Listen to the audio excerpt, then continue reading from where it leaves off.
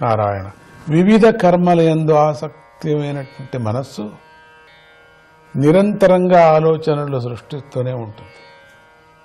ఈ అన్ని కర్మలతో కూడినటువంటి ఈ నెయ్యి విచిత్రమైనటువంటి భావనలు, సూచనలు, కోరికలు కలుగుతూ ఉంటుంది. అదే మనస్సు విషయభోగాలను విడిచిపెట్టినప్పుడు, నూనె విషయభోగాల్లాగా ఉంటుంది, అది విడిచిపెట్టినప్పుడు పరమపదమైన ఆత్మతత్వాన్ని పొందుతుంది. ఓ వీరా, 5 కర్మేంద్రియాలు, 5 జ్ఞానేంద్రియాలు, అహంకారము అనే 11 మనస్సు యొక్క వ్యాపారాలను, అంటే చెవి, చర్మము, కన్ను, నాలుక, ముక్కు అనే జ్ఞానేంద్రియాలకు క్రమంగా శబ్ద, స్పర్శ, రూప, రస, గంధాలనే తన్మాత్రలు విషయములపై ఉన్నాయి. ఇవంతా ఆ విషయాలుగా ఉన్నాయి. ఇవంతా కూడా ఇక చేతులు, కాళ్ళు, నోరు, జననేంద్రియము, విసర్జనేంద్రియము అనే 5 కర్మేంద్రియములకు క్రమంగా ఇచ్చిపుచ్చుకోవటము, నడవటము, మాట్లాడటము, సంభోగము, విసర్జనము అనే 5 క్రియలు విషయములై ఉన్నాయి. అదన్నీ విషయ వాసనలు అని చెప్పడం. పురము అనే శరీరమందు ఇదొక నారాయణపురం, నారాయణ నగరం, నగరం నారాయణ నగరం. పురము అనేటువంటి శరీరమందు నేను, నాది అనే దేహాభిమానమే అహంకారానికి విషయం. ఇది అవుతుంది. నేను, నాది, నాది అంత అని విషయం అయిపోయింది. ఆ విషయమే రేపొద్దున విషం అవుతుంది.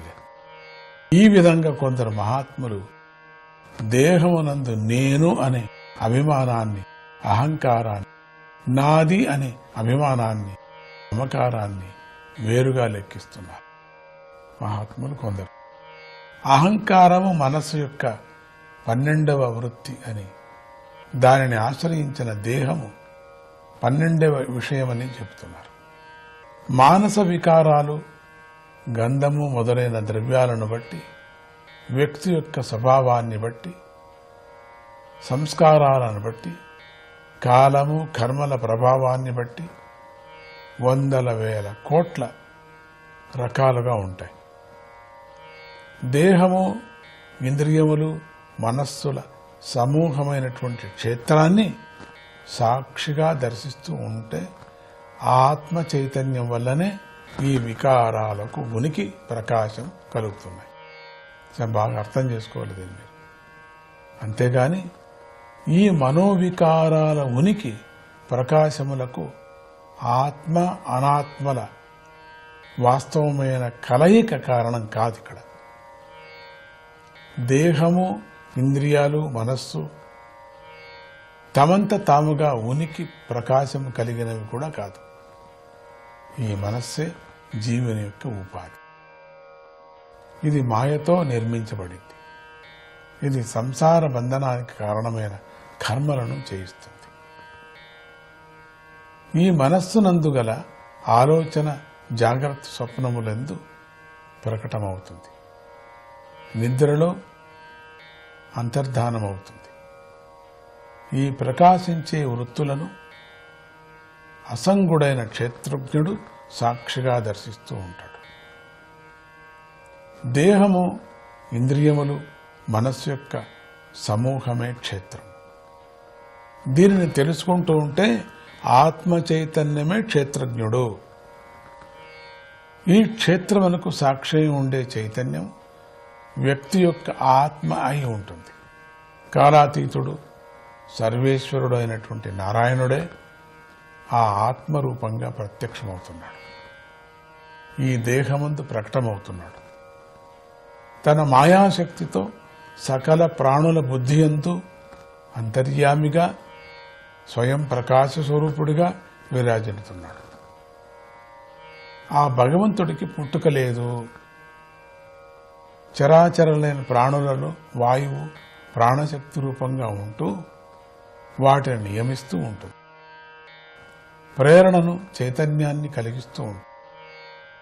అదేవిధంగా ప్రకృతికి అతీతుడు భగవంతుడు అయిన వాసుదేవుడు ఈ జగత్తును సృష్టించిన తరువాత సకల ప్రాణులలోనూ క్షేత్రమునకు సాక్షి అయినటువంటి ఆత్మ చైతన్య రూపంగా ప్రవేశించాడు. నయావదేతాం తనుభృన్నరేంద్ర విధూయ మాయాం వయునోదయేన విముక్త సంగో జితషట్ సపత్నో వేదాత్మతత్వం భ్రమతీహ తావత్ నయావదేతన్మన ఆత్మలింగం సంసారతాపావపనం జనస్య యచ్చోక మోహామయ రాగలోభ వైరానుబంధం మమతాం విదత్తే. ఓ మహారాజా,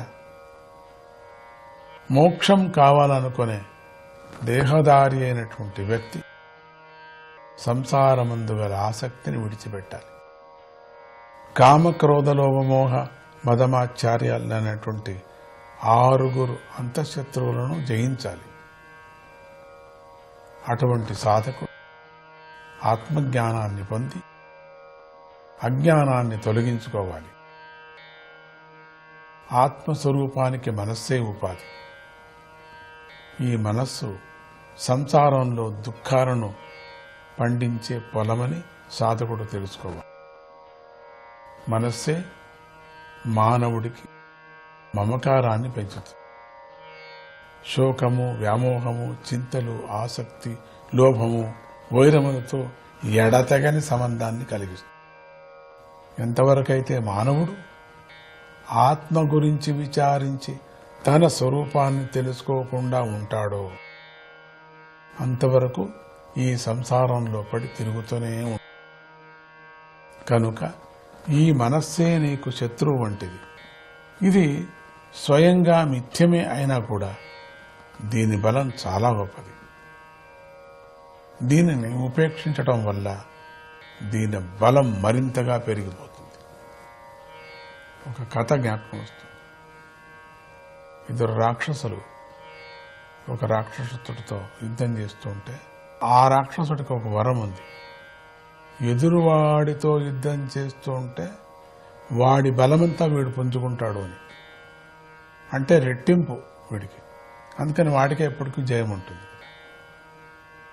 అందుకని ఇక్కడ నీకు శత్రువు వంటిది మనస్సు అనుకున్నాం కదా, ఇది స్వయంగా మిథ్యమే. ఇదేం ప్రయోజనం లేదు, ఒకరోజు పోవలసిందే. ఇది అబద్ధం. ఇది అయినా కూడా దీని బలం చాలా గొప్పది. దీనిని ఉపేక్షించడం వల్ల దీని బలం మరింతగా పెరిగిపోతుంది. చాలామంది ఉపేక్షించటాన్ని ప్రారంభిస్తారు. నాకేముంది, నాకేమీ లేదు, అది వద్దు, నేనంతా జయించగలను అన్నంతా ఎక్కువ అవుతుంది, మరింత ఎక్కువ అవుతుంది, రెట్టింపు అయిపోతుంది. దీని బలం పెరిగిపోతుంది, ఆత్మస్వరూపాన్ని కప్పివేస్తుంది. గురువు మరియు శ్రీహరి యొక్క పాదాలను సేవించటం అనే గొప్ప అస్త్రాన్ని ధరించి అత్యంత జాగ్రత్తతో నువ్వు ఈ మనస్సును సంహరించు అని రఘుగణ మహారాజుకు బోధించాడు అవధూతైనటువంటి జడభరతుడు. ఇంతటితో 5వ స్కందంలోని 11వ అధ్యాయం సమాప్తం. ఎంత అద్భుతంగా ఈ మనస్తత్వాన్ని చెప్పుకొచ్చారు. అక్కడి నుంచే పుడుతుంది, దాన్నే కప్పిపుట్టుకుంటుంది. ఇంకెవరు దానికి ఏం చేయకూడదు అని భ్రమను కలిగిస్తూ మిథ్యమైనటువంటిదంతా ఇదే నిజంగా కనిపిస్తూ తన వైపు లాక్కుంటుంది. జీవిని సమస్త వ్యామోహంలో పడేసి అజ్ఞాన దోవలో తీసుకువెళ్ళి లేవకోకుండా, ఇక తల ఎత్తకోకుండా లోతుకి తోసేసి విజృంభించిపోతుంది. ఎంతోమంది తపస్సుతో దాన్ని గెలవాలని చూస్తారు. తపస్సు అయిన తర్వాత రెట్టింపు పెరిగిపోయి ఉంటుంది. అందుకని ఒక సూక్ష్మం చెప్పుకొని వచ్చారు. జ్ఞానుల సహాయం స్నేహాన్ని చేస్తూ, గురువుని సేవిస్తూ, ఆ పరమాత్ముడి యొక్క తత్వాన్ని అన్ని చోట్ల చూస్తూ, దానికి మంచి అస్త్రం అంటే గురుపాదాలు అస్త్రం అని చెప్పుకొని వచ్చారు. ఇక ముందు అధ్యాయానికి వెళదాం. నారాయణాయ నమః.